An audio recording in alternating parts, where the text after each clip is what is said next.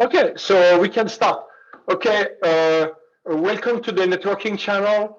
I want to reiterate my respect for the three people who started the networking channel in the middle of the COVID times to allow students and engineers worldwide to get some information about networking. I mean, Serge did that. I think it's Jim Kuros and Matt Caesar, but maybe I forget someone. Please forgive me. But today, because it's a presentation on how to give an interesting talk for conferences, I've decided not to prepare anything so that you can see what's a terrible talk. Okay, so this session has been organized by Serhat. Serhat is a PhD student at Stanford, and he came naturally to me after Lee's talk at SIGCOMM last year and said, oh la la, we really need to do session about what's a very good talk.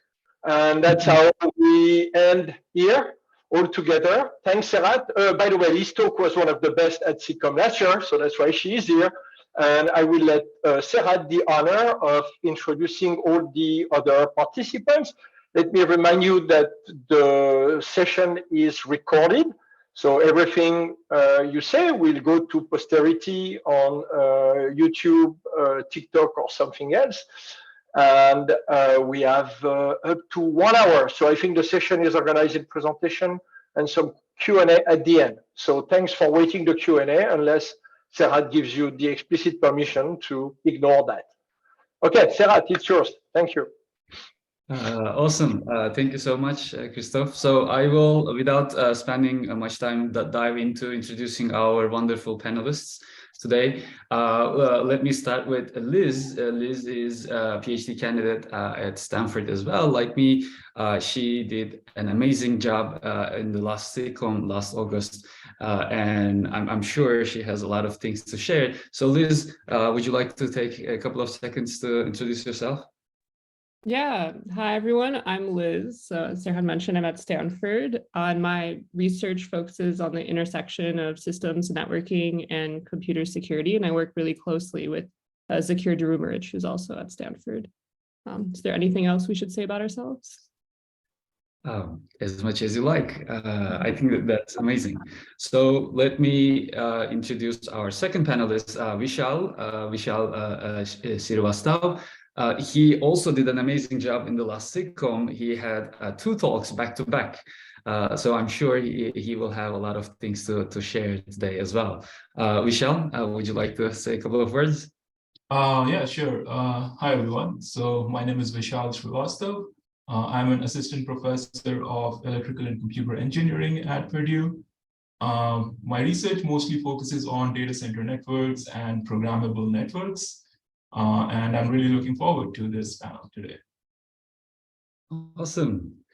Next up, we have Te-Yuan from Netflix. Actually, our participants might recognize her from our previous events. She has been very active in the community, and she is an amazing speaker as well. So, Te-Yuan, hello. Hi, hello everyone. Thank you for the introduction. I'm Te-Yuan. That's my initial. And a few words about myself. I'm originally from Taiwan, and I came to the US in 2008 for my PhD at Stanford. And I got my PhD in 2014, and I've been at Netflix since then. At Netflix, I managed the adaptive streaming algorithms team, and that's also my main research focus. If I can say one more thing about myself, that is, I am not a native English speaker. And in fact, for everyone who knows me back from my Stanford times, knows how much I struggle with just English speaking in general. Like, I have problems speaking up in my lab setting, not to mention giving a talk at SIGCOMM or anything at that scale. So if there's one thing that any of the non-English native speaker here can take away, that would be, don't worry if you are struggling. Things will get better as long as you put in the work and effort. You will get there. You will be fine. Thank you so much. That's actually very valuable, and it was one of the points that I wanted to touch upon today. I am also not a native speaker, and I'm also trying my best to handle that. So, and finally, we have the last but not least, Christophe Diot. I think we all know he made a great introduction in the beginning, but I would like to give a couple of more seconds if he wants to add anything. I just want to add that I'm sorry for you non-native speakers. In 40 years from now, you will be like me, still speaking English with a shitty accent and not being understood by most of the people who are not used to foreign accents. But okay, so I'm Christophe. I've been in the community for 30 years, almost as long as Serge and Jim. And I'm working at Google these days and dealing with telemetry at scale in the huge Google network. And that's it. Thank you. Awesome. Thank you so much. So let me summarize what to expect today. First, I will briefly share some tips, like general rule of thumbs, to provide an effective presentation. And I will mainly talk about some recommendations given by Simon Peyton-Jones, who has an excellent talk about how to give an excellent talk. And you can follow the link here to access that video, the YouTube video. He actually wanted to be here, but unfortunately he had a meeting at the same time. He couldn't make it, but he's very happy that we're talking about his recommendations today. And after that, we will start the panel. I have some questions for our panelists, but of course, it would be great if the participants in the Zoom could also ask questions, interact with the community here. I think that's the biggest opportunity we have with the networking channel. So without further ado, let me jump in with the recommendations I'm going to share today. Mainly, I will have 5 classes of recommendations. We will start with the purpose of the talk. This is way before the talk is actually delivered. We start thinking about why are we even planning for that talk. And then we're going to talk about what are the takeaways we want to make sure that we provide to the participants or the audience. And then even we know what we're going to talk about, sometimes starting the talk is very difficult, and it is actually probably the most important part of a talk. Then we will talk about what to put in the slides, what to talk about, and finally how we're going to deliver. So let's start with the purpose. I think Simon makes a great explanation for this aspect of the talks. So the purpose of a talk is not to present all the technical details in a paper. A paper is generally written after months of work, maybe sometimes years. And it's almost impossible to put everything, every single knowledge you have obtained through your research in a 20 to 30-minute talk.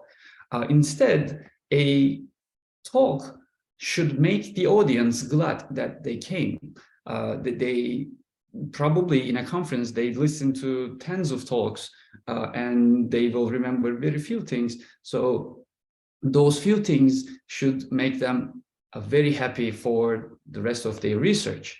Or another way to put it is that we want to make the audience interested in reading our paper so that they can go and get the entire information that we were not able to provide during the talk.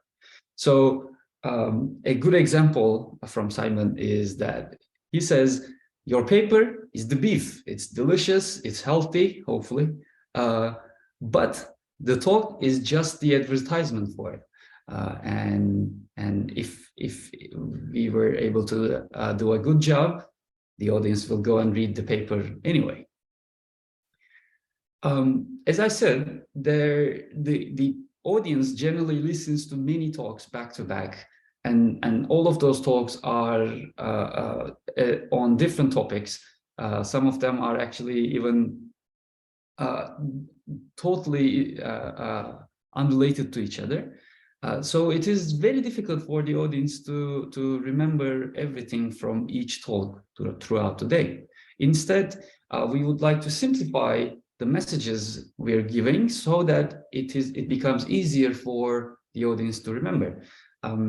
So one way to put it is that if the audience remembers only one thing, what would that be?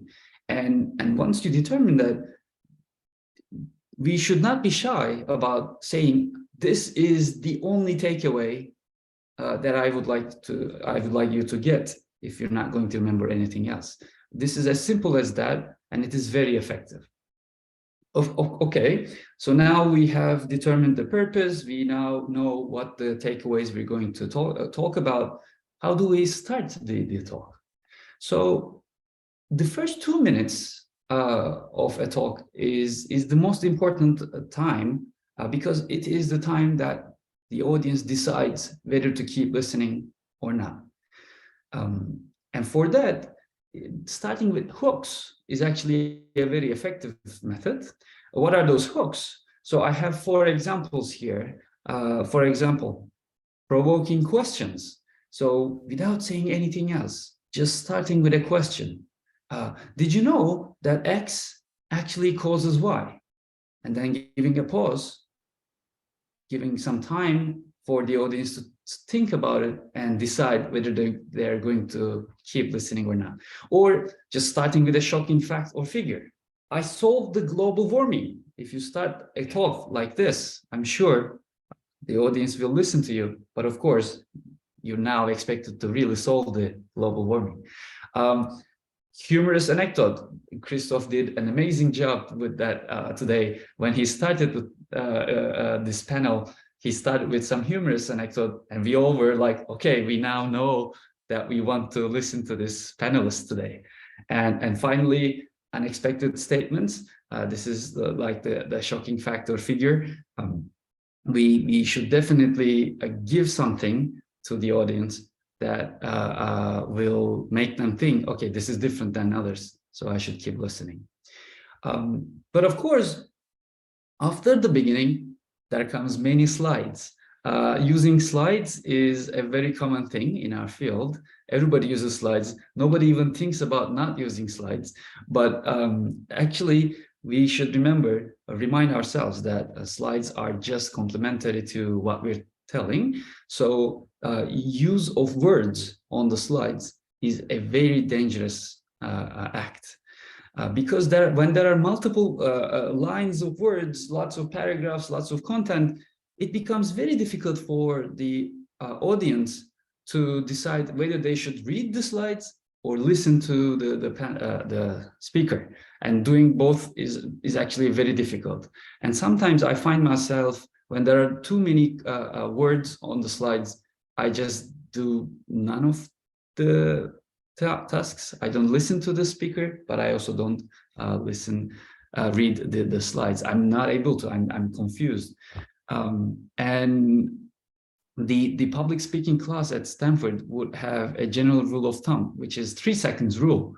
So if a slide can be internalized completely with its entire content in 3 seconds, that's great. But if it takes more than 3 seconds, it's probably too much. And thinking about separating the content into multiple slides might be a good idea. So finally, so I had an example here.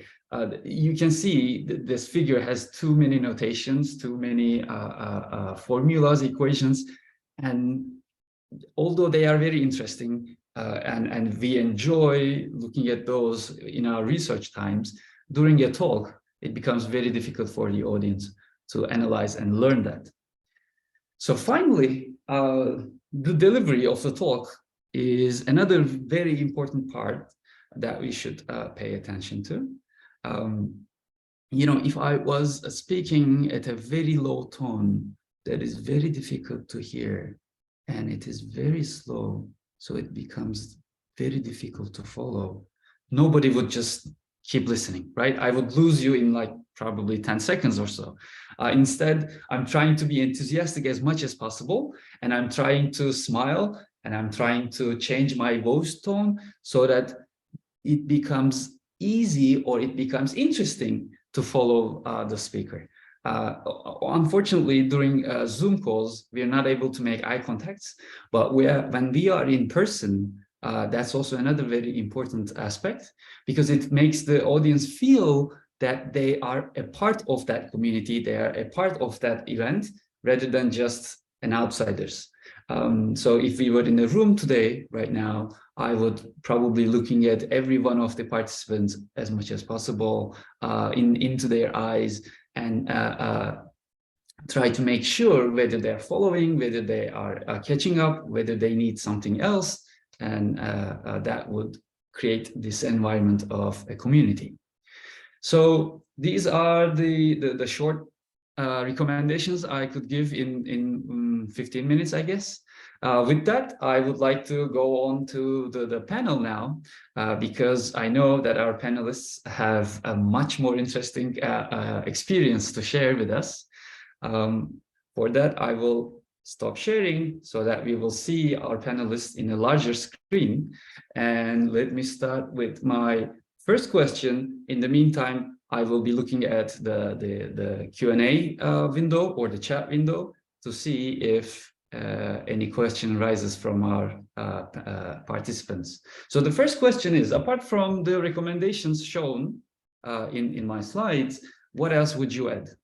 I know, I mean, the talk given by Simon is an hour-long talk, so he has many other recommendations. I'm curious to see what you would prioritize here. Okay. You want to pick the speakers, because we're all going to speak at the same time, or say nothing. Okay, so since you grabbed the mic, Christophe, would you like to start? Okay, so couple of things. I mean, what you say is right. Okay, I don't disagree with anything you said. I want to add a couple of things. First is prepare. Okay, I want to insist. If you don't prepare, your talk will be bad. We're all equal to give talks. Some people are more shy. For some people, it's more natural. If we don't prepare, we suck. I mean, I've made the experience. We can talk about that later. I think Serhat has a question on that. But you know, the only talk I remember in 40 years of career is my worst talk. It's not my best. So prepare. The second one is, I learned from Jen Rexford, rephrase questions. You have two situations here. One, you don't understand the question, and you rephrase to check what you have understood. The second one is, the question is totally stupid, and you want to make it a little bit less stupid. So you rephrase to make the question look better. Okay? So don't hesitate. If you don't understand, just rephrase the question. Okay? Ask for question offline. Our English is what it is. I mean, we do our best to speak this language. If we don't understand a question, if we feel uncomfortable, just ask people to take the question offline. I mean, there is no shame to do that. Okay?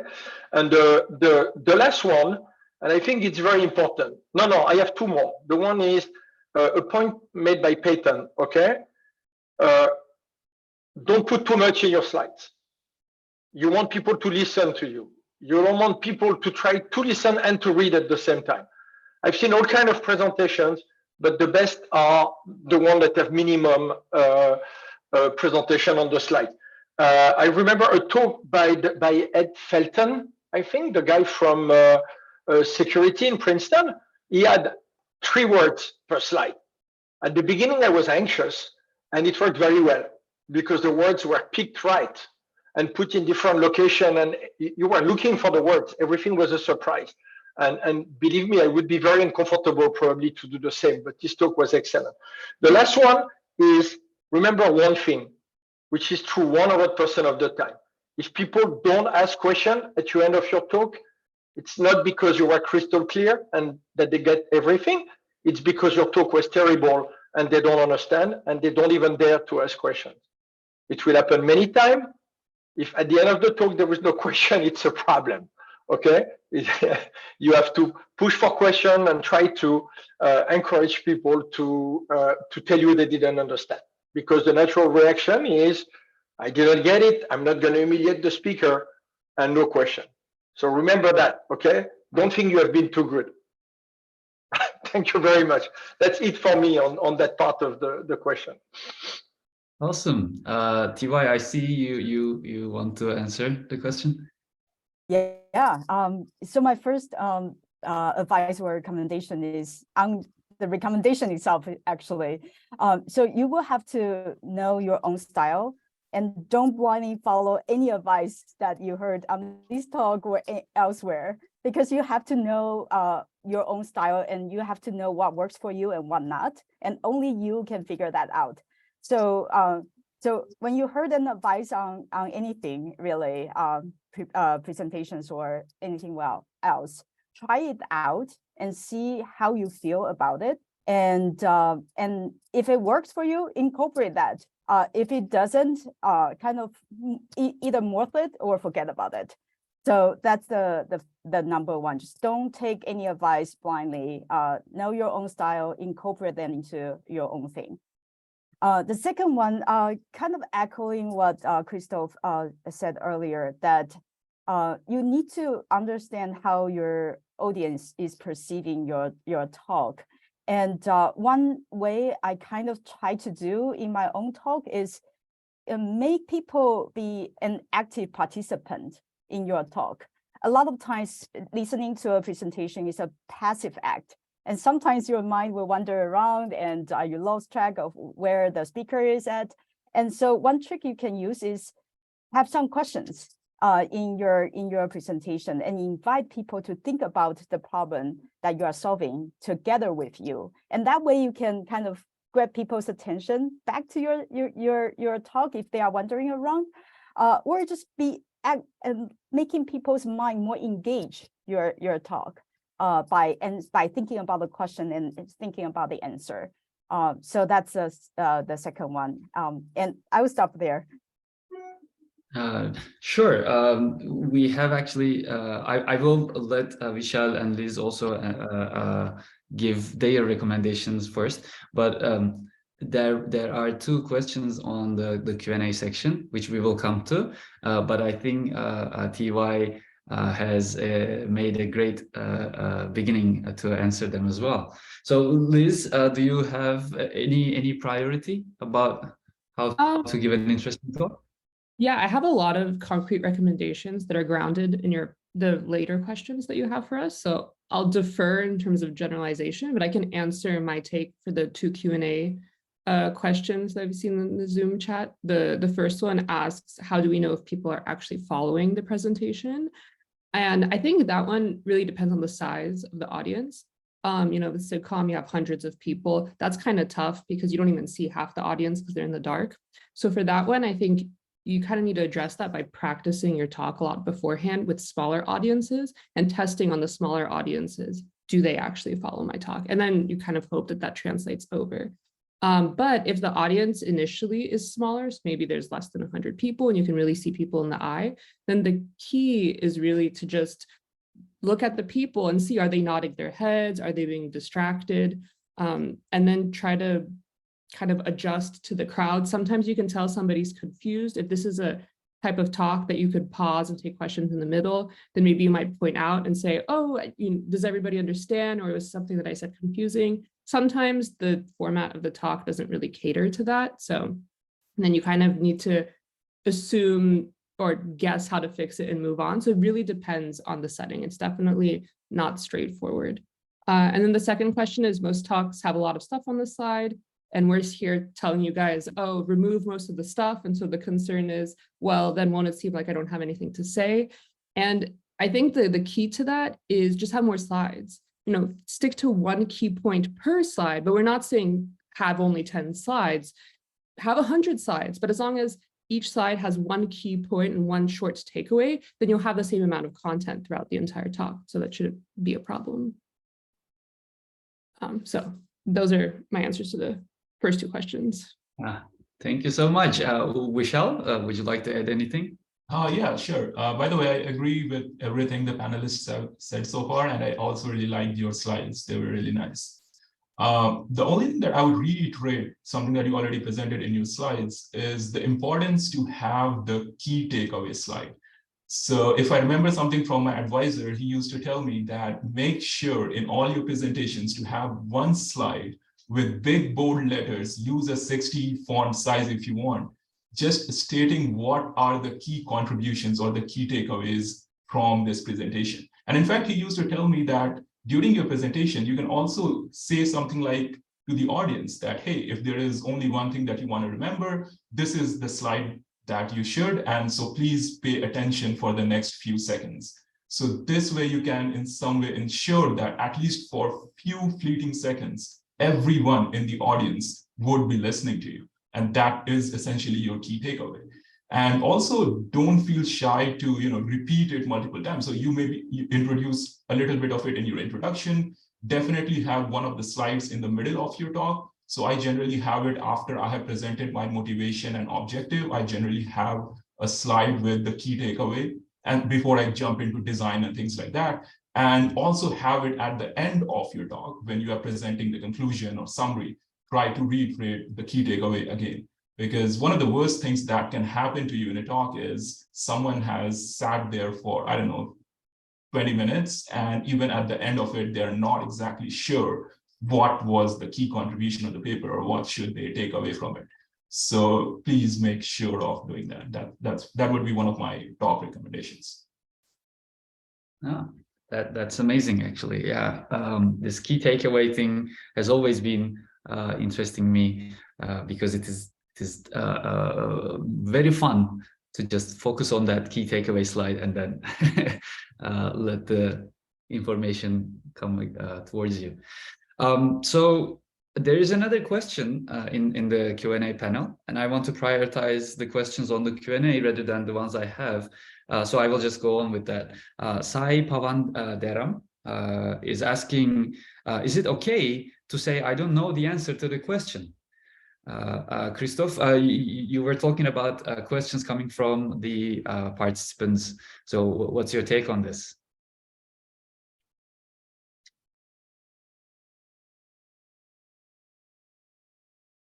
You're muted.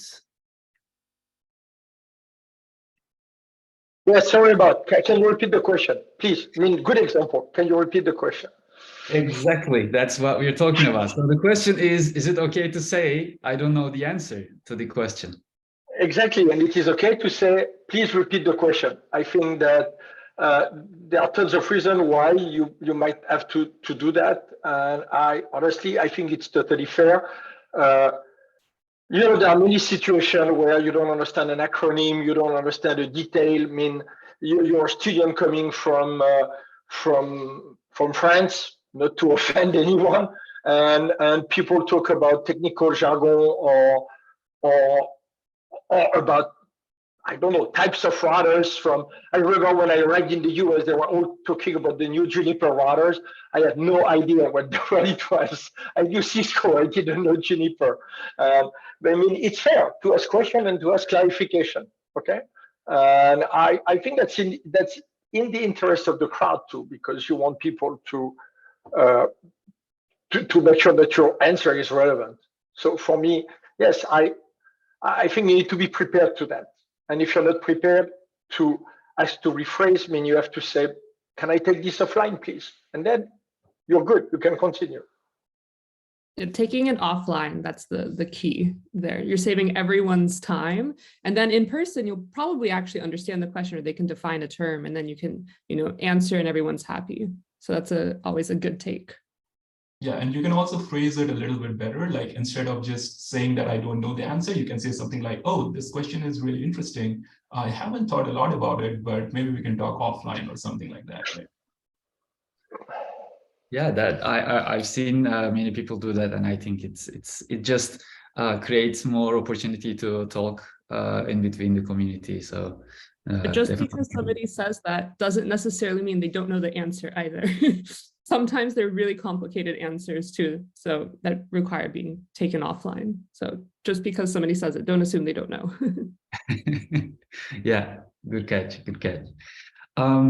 So yeah, I I have thought about the talks given in the last SIGCOMM, Vishal, particularly your talks. They were amazing, of course. And I was thinking, how do you even come up with the storyline that you want to give in the talk? Because, you know, your talk, for example, was pretty streamlined, relatively easy to follow. So how do you determine that storyline? How do you know which slide is going to come next? Yeah, so that's a very good question. As far as I'm concerned, I generally tend to follow a very more or less a rigid pattern. So I always start with, you know, problem, motivation, what's the problem about, like what are the objectives I want to achieve and things like that. So maybe a couple of slides, 2-3 slides on that, followed by the key takeaway slide that I already talked about, just to, you know, let the audience know that, hey, this is exactly what I have done before I actually jump into the details of it. And then maybe a couple of slides, few slides on the design section, evaluation, and then the summary. So this is the rigid pattern that I follow most of the time. The challenge is obviously in tying things together. So you don't want to have, say, jumps in your slide when you move from slide 1 to slide 2, and people are like, hey, where did this come from? So this is something that you have to really take care in your presentation, how you are presenting the slides. Make it as streamlined as possible. In some sense, it would be amazing if the audience sees the next slide and they are like, oh yeah, I was expecting that. So that's great that he has it on his next slide. So that's almost the best case scenario. So yeah, it's really not an exact science, but at least that's what I try to follow when I'm creating my slides, to follow those different sections that I mentioned about, have few slides on each section. And then when I'm present or preparing my talk, I just try to make sure that my words are such that each of the slides are very well connected and streamlined with each other. Great. Does anybody want to tell about how they determine their storyline? Christophe? What I do in general is I try to divide my talk in sections and try to make sure that I balance the time in each section. I want to make sure that the intro on a 20-minute talk is not 18 minutes and the result's 2 minutes. So, okay. So my recommendation is you're telling a story. Okay. So think of your talk as a story and put the storyline together. It's probably easier for people working at Netflix to build a story than for others. But think of it as a story, and then you chunk your presentation to make sure that each section has the right amount of time. I mean, you build that like a scenario, like a movie, okay? And then after that, you prepare your slides. As Vishal said, you need to have. It cannot be. It's not unrelated parts. It's a story. I mean, that's my message. You're right. Actually, I remember my advisor telling me that giving a talk is actually like acting. So there's a script, there is a audience, there is some sort of mimics, gestures. So it's just like theater, basically. And probably another aspect of determining the storyline is to simplify it. So Liz, you know, your last talk at SIGCOMM last August, it was pretty simple. Very few words, especially on the slides, which make it extremely fun to listen to and very easy to understand, very interesting for us. I remember feeling like, oh, I should go and talk to her more about her work and just learn more, because I know that there is something valuable here. So how did you manage to simplify the storyline? Yeah, so there's this rule of thumb, which is no figure from a paper should actually end up in your presentation. And the idea is that our figures in our paper, they're loaded with a lot of information. Generally, we're plotting against a bunch of different systems to benchmark against, or there's this large table with a bunch of numbers, which are great for the paper, but we only need to communicate 1 point per slide and generally 1 takeaway per figure. And so a way to simplify our takeaways is actually to take the figure from the paper that we want to somehow express in our presentation, but to redraw it. So to remove, let's say 3 out of 4 systems that we're benchmarking against, because all you want to say is, look, ours is better than others, then maybe you don't need to put in all the details of all the other systems that you're benchmarking. Or if it's a table, I see a lot of people putting in the raw table of numbers into their presentation, but generally to communicate a point, you may only need 2 numbers from that table. And so what you can do is you can just take the headers from the table and only put in those 2 numbers, and then tell the audience, we benchmark against a lot of other, parameters, just look at it in the paper. But really trying to force yourself not to copy and paste a figure or a table from the paper can really simplify and make sure that you only have 1 takeaway per slide. And then the 1 takeaway per slide is, again, a key thing to achieve simplicity. And something that I do to kind of take a sanity check to see, okay, are my slides simple enough? Are they communicative enough? Is I will actually give my slide deck to somebody to read without telling them what the words that I'm going to say with the slides. And just by looking at the slides, the task is to see, okay, does this person, just by reading the slides, understand what I'm trying to communicate? And then if they can, then great, this is a good deck of slides. And if not, and I go back and try to understand, okay, how can I improve these slides such that if a person is having trouble hearing me, then they can just fixate on the slides and really get the takeaway. Amazing. TY, I have a follow-up question for you, actually. So once the storyline is determined, it is simplified, the question becomes how to deliver it. And I know you have been very humorous in your talks.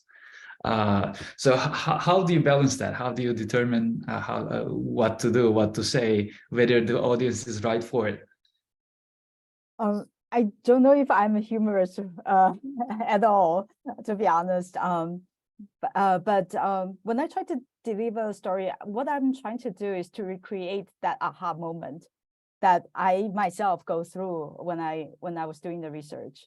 And so for me, it's really about, okay, think back, what was that key moment that I made that breakthrough, and what's the thought that bring the clarity into this piece of work. And I want to share that with my audience and help my audience go through, not all the detail, of course, but go through the key moment of the development of the idea, and then at the end reach to the same conclusion and understand that breakthrough that I made in my work. And so that's how I kind of build up the delivery, and that's also how I build up questions, building questions in my delivery, so that people can go through that journey together with me. And also because that there's like aha moment that I made myself, right? So it can also, your enthusiasm about your work can also show through by bringing people onto the journey together with you. So that's how I do it. Just want to add a quick detail on top of that. The story that you put together in the presentation does not have to be the story that was in the paper. And that, I think sometimes people don't realize that, but there have been presentations where I've thought about it just using the same process that TY has described. And I'm like, oh, actually, if we tell it in this totally different way, I think it would be so much more exciting. And then later the presentation just follows a different order than the paper, and that's fine, that's great. Sometimes we look back and think, oh, we should have written the paper that way, but oh well. So kind of giving yourself that freedom too, you're not tied to the order of the paper, can really improve a talk as well. Yeah, 100% agree. And also echo back to Serhat's initial slides in the beginning, that writing a paper is like building a burger, which is different from how you build the advertisement, which is the talk. Definitely. Well, you mentioned going through the journey with the speaker. I think that's very important. We, as audience, we want to be taken to a journey. We want to know about the speaker's experience. So being able to follow that journey instead of just following up the deep technical content of the paper is definitely more effective. Okay, so the next thing is probably, how do you even prepare the slides? How do you even prepare the talk? So I would like to ask, are there any specific steps that you take when designing your talk? Anyone? I can start. My step is really echoing what Christophe said earlier. Prepare, prepare, prepare. And the level of my preparation probably won't work for everyone. But what I did is I actually script everything down to each individual words that I'm going to use. And the reason why this probably doesn't work for a native speaker, that might make people sound like a robot or something. But for me, because I need to free up my brain space when I was doing the presentation. And that what that means is that I don't want to waste my brain power on choosing the words, which words to use during the presentation. And as a non-English, a non-native speaker, that take a lot of brain power from me on the spot. So I would rather do that beforehand and script down everything down to the word level, and then just memorize it and prepare, practice it for like 50 times. And try around with myself, see how myself feel about it, and then try around with other people. And then the next thing is, after you've done a lot of practice, my way of not making myself sounds like a robot is then forget about the talk, take a few days off, and then only revisit the talk the morning of, and then go. This way, it will be more natural. You will sound more natural that way. Let me make two interruptions. One, as the session manager, we are at 45. We have 15 minutes left. You want to take questions from people. Then, as a panelist, I mean, what Te-Yuan said reminded me something, which is when I practice talk for conferences, I generally try to do a practice, a dry run with friends that are not technical, just to see if they are interested in what I said. I remember a professor from EPFL, good friend of mine, saying maths are like love, you don't do them in public.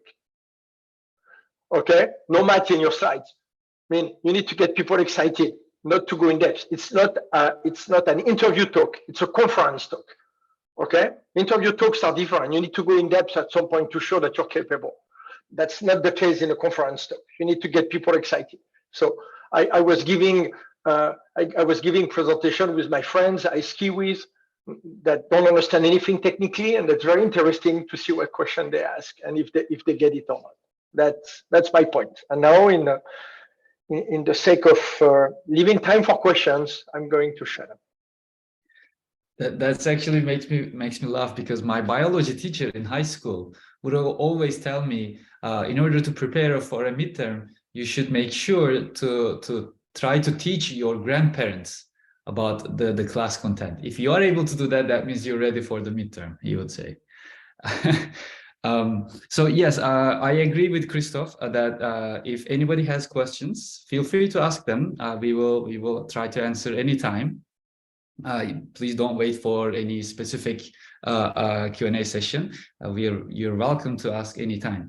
And in the meantime, I will just keep going with some questions that I find interesting to ask and I'm curious about. So we talked about preparing, practicing multiple times. Could we come up with some rule of thumb or general number about how many times should we practice before even delivering the talk?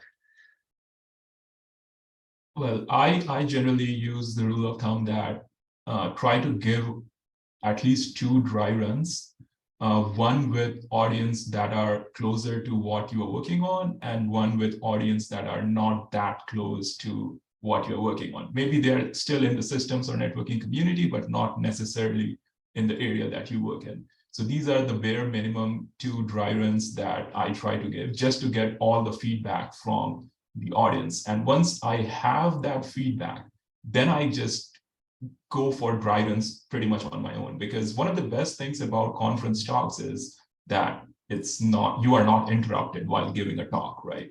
So you can just rehearse pretty much to every single word that you want to say, right? Because you're not going to lose your train of thought. No one is going to interrupt you during a presentation. It's a very deterministic environment in that sense. So the more you prepare, the more you give dry runs, even just on your own, just set a timer of whatever, 20 minutes, if that's the slot length, and just, start speaking, you don't need an audience for that. And yeah, if you have done this, like, I don't know, 20, 30 times, then it's very unlikely that the 31st time when it actually matters, it will go wrong, right? The probability of that happening is pretty low. So give at least two dry runs in front of audience, and then just go for it on your own as many times as you want. That's what I do, actually. Also, my recommendation is the first dry run, only give it to 1 to 2 people. Because I see a lot of people, they do their first talk, they put it together, and then they invite their whole lab, and then there's 10 people sitting there, and a lot of the feedback is overlapping because the very first audience you present your talk to, they're probably really obvious stuff that just doesn't sit well with people. And so rather than kind of wasting everyone's time, I think just get 2 people in a room, present the talk, they filter all of the obvious critiques, and then for the second dry run actually get a bigger audience where it's maybe the little details that are less overlapping in terms of feedback can be communicated to save everyone's time. And another thing I wanted to add to is, TY, you had said that as a non-native English speaker you script everything. As a native English speaker, I also actually script everything at least once.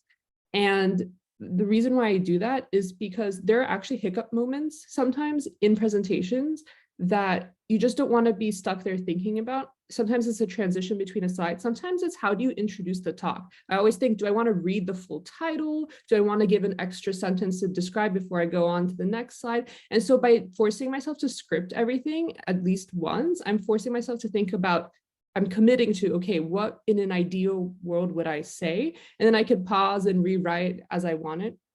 And then to make sure that I don't sound like a robot, I choose the moments that are these hiccup moments and I memorize those. Like maybe it's the first 2 sentences of my talk or a transition. And then the other parts of the talk, I just kind of wing it, but remember deep in the back of my head that I did have a way to describe it. Like if you're describing a figure, chances are you probably don't need to be scripted. Like you could just read the x-axis is this, the y-axis is that, and this is what it's communicating. But there are these hiccup moments that scripting can really polish a talk and make it a lot smoother. So I've tried to script my talk, and generally I ignore the scripting. So I repeat with the script. And for the final version, I completely ignore the script because then I sound like a robot. And I hate that. I mean, when you go to a talk where the person reads their notes, and it's terrible, okay? You feel totally out of the talk. I mean, speaking like a robot is not a good thing, okay? You need to find a way to sound natural because you're not going to interest the speaker if you're a robot. So I've been given a talk in front of the Minister of Science in France. And I was trying to use a script because it was an important talk.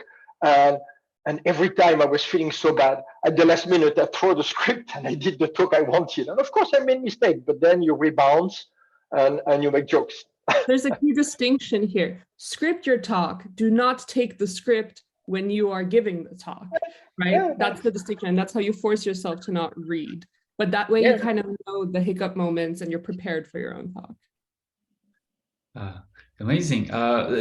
And Christophe, you mentioned jokes. There's a question in the Q&A that asks how to deliver a joke when giving a talk. If it is practiced too much, then it looks very unnatural. Well, the problem of jokes is you should avoid jokes if you're French and you talk in the US, because most of the time they are not received well. I've tried to do an outrageous opinion session with Jim at SIGCOMM. I mean, only Jim was funny, and I was not. So, I mean, I think you get experience on that. Jokes are very cultural. Be very careful, okay? I mean, I make joke about the French, about my friends. I'm very careful with that these days. But I must say that when you spend 20 years in the country, it gets easier. But, I mean, if you do jokes, test them before with your friends.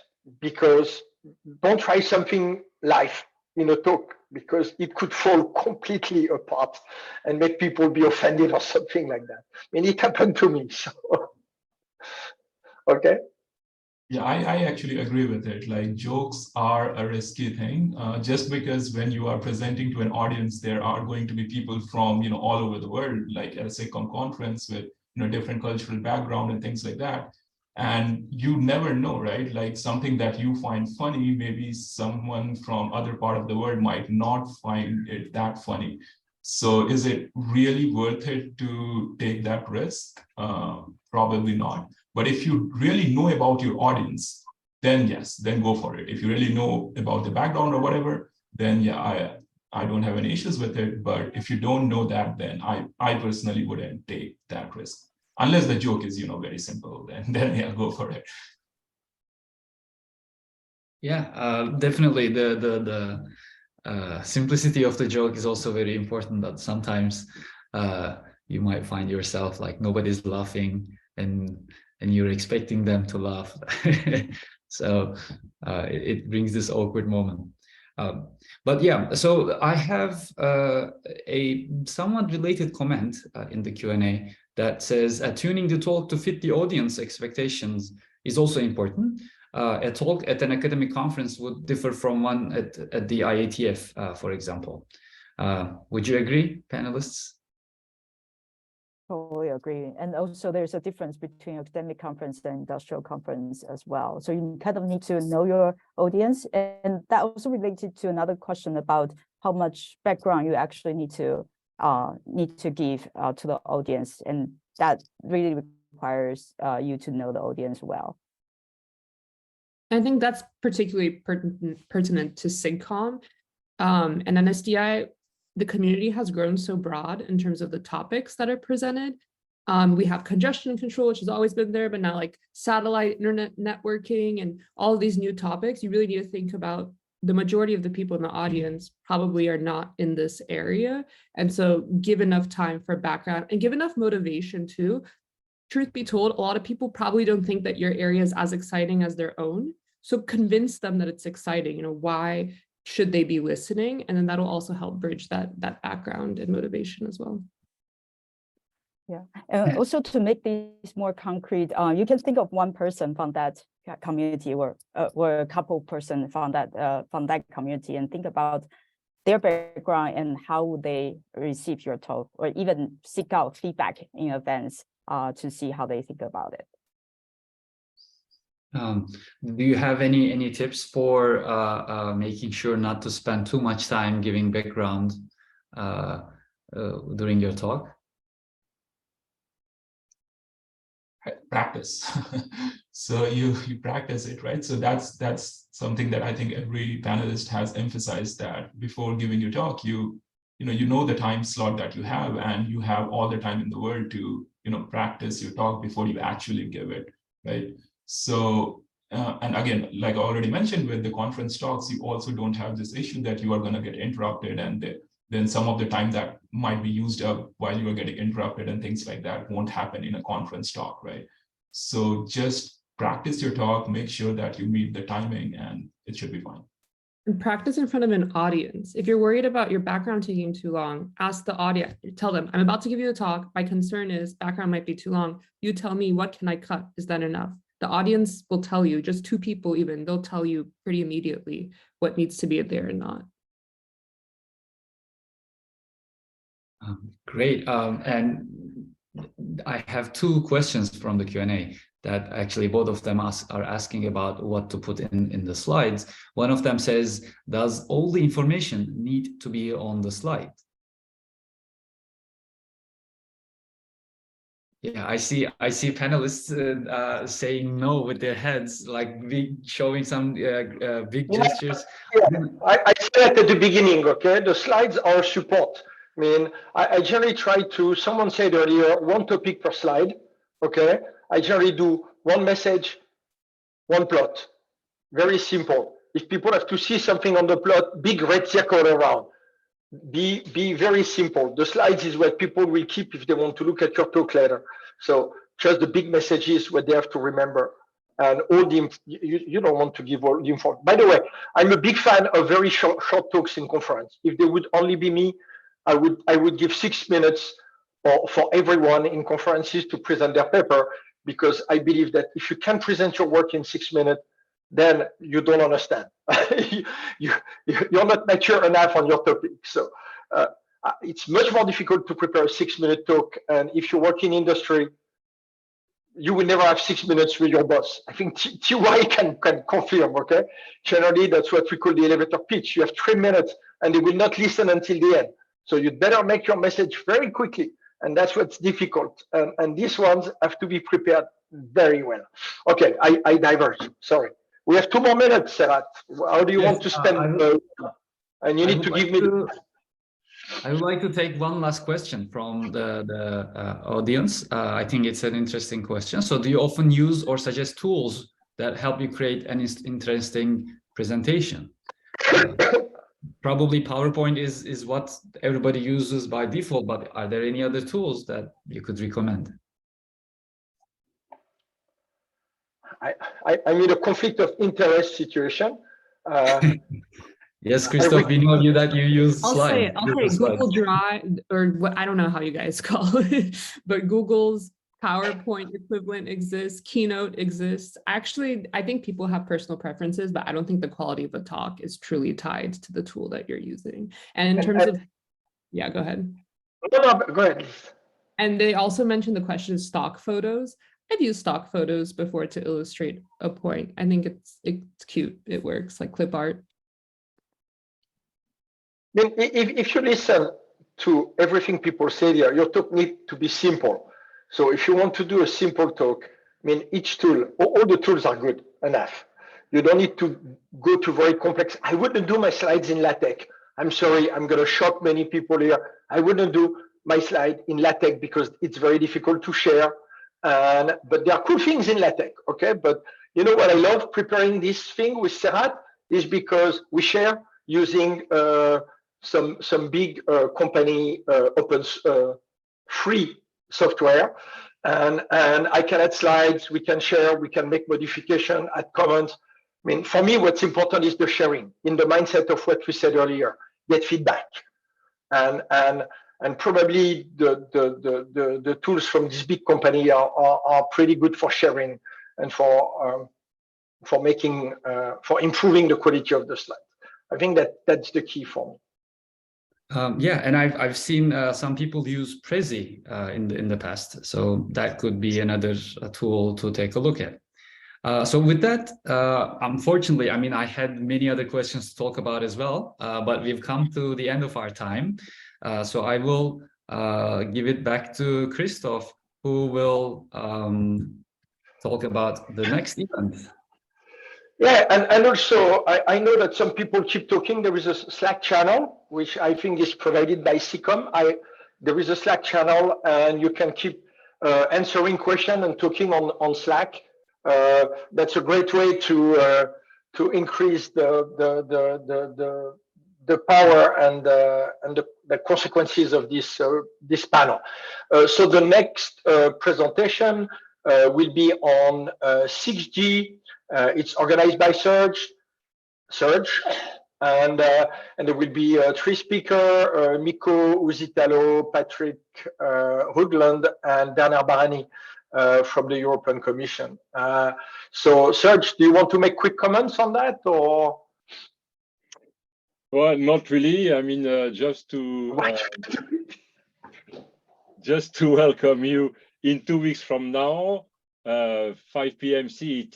That's the baseline for the networking channel. And maybe just to close, a good talk should end on time. Exactly. And we are 2 minutes late, so it's not too bad for such an interesting topic. Thanks a lot anyway. And it was really a pleasure to have you all on board today. Thanks for taking the time.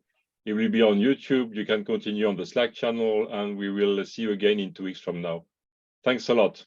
Bye-bye. Thank you, everyone.